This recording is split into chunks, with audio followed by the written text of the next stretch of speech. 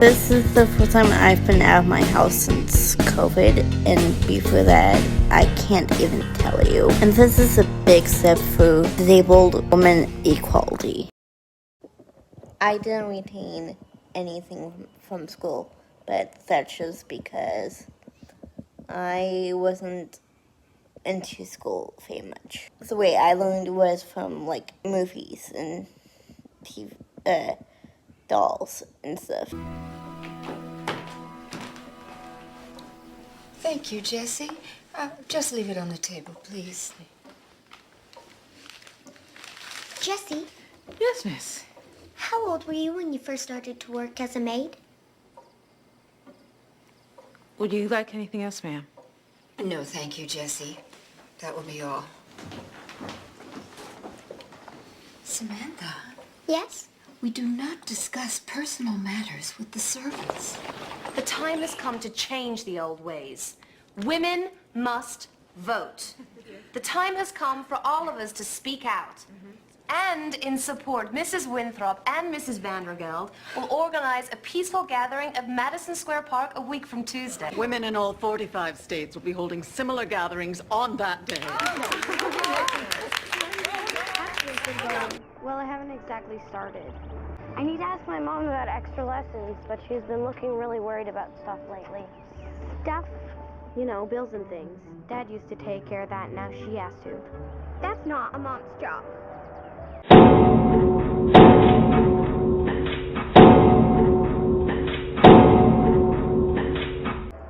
Hey, why didn't you come in for a snack? It's Grilled Cheese Day. Mom! We're home, I'm starving. Mrs. Guilford, what are you doing here? Yes, I know. Claghorn's the name, Senator Claghorn, that is. You don't have to. I'm from the South. The only candy I eat is cotton candy. I'm taking the casserole to their house. What difference will a casserole make? It's what you do to help a family in some small way during a dreadful time. Which reminds me, there's something that I'd like to discuss with all of you. I've taken a job. A job? You? Doing what? A nice vote of confidence for my children. But a real job? Well, lots of women are taking jobs these days. With all the men away, we're needed to build planes and assemble war machinery. Assemble war machinery. You. Richard McIntyre, you may not know this, but before I was your mother, I could take an engine apart and put it back together faster than any one of my brothers. What job did you take, Mother? Well, I had an opening at the Jefferson Aircraft Plant. I'm going to be working on the fighter assembly line. And if I hear one more thing, Ricky... Me? I don't want you to work, Mom. We need you here. Dad's not here and everything's upside down. The main characters in both stories are named Samantha Parkington and Molly McIntyre. And the reason those stories are significant to me is because Samantha helps a friend out of slavery, and she tries to kind of break the barrier into the household she's grown up with her grandma. But her grandma isn't having any of it, and then she goes to live with her aunt and uncle, and her aunt has a women's rights voting group because women didn't have the right to vote back then. And Molly's mother got a job when it was not normal for women to get jobs back then, and Molly wasn't so okay with all the changes at first, but she finally wanted to help out with the world situation, and they took someone in. When, yes, Molly, if you look up the story, had siblings, but she had to share basically everything that she had not previously shared, and so she was not okay with it at first, but then they became best friends. And if you want to know any other characters that have made an impact on me, you should look these up, because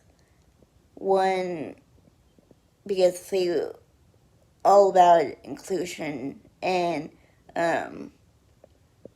women equality and racial equality.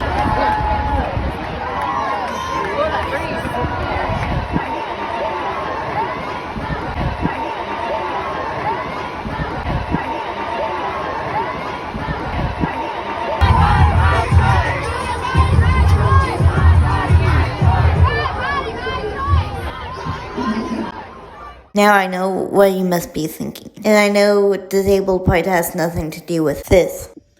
Because you'll soon realize if you're disabled, you are alone in this fight. Yes, people will talk about the disabled when a matter who arises for a day or two, but then they'll keep talking about the issue but exclude the disabled.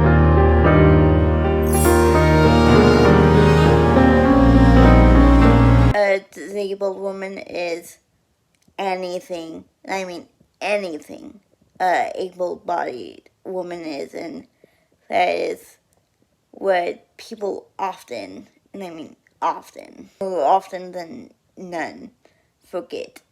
And here is friends of mine sharing their stories. My name is Kaylee and I'm autistic.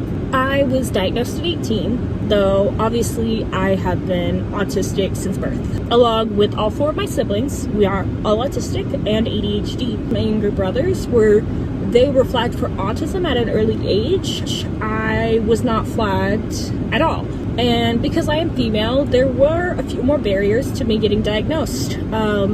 Where I presented with a lot of the same symptoms. One, I was verbal. The other thing was I was hyperverbal. So I actually started talking at a very early age, earlier than usual, which is when you're hyperverbal, and that can actually be a symptom of autism that is overlooked. I am extroverted. I am very social. So when you think autism, you don't think of someone who wants to interact with people. So very fussy baby, etc. Mother would notice the behaviors and doctors would push it off. But I was a twin, so doctors usually amounted it to that. Now, the real signs really started when I was in preschool and elementary school. I just had a really hard time making friends. Couldn't seem to figure it out. In fact, I asked my mom, hey, I can't get any friends. How do I make friends? She told me, everyone is looking for friends. Everyone else wants friends. Just ask someone. Okay, sounds cool. So I went up to this little girl the next day. And I said, will you be my friend? She listened to me. No. And so I went back. You lied. No one's looking for friends.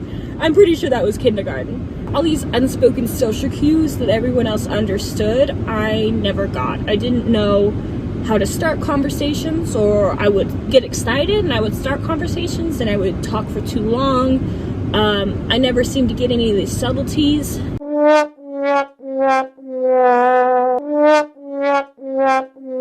My autism makes me a little more gullible, to be honest. I believed in Santa through around 6th grade.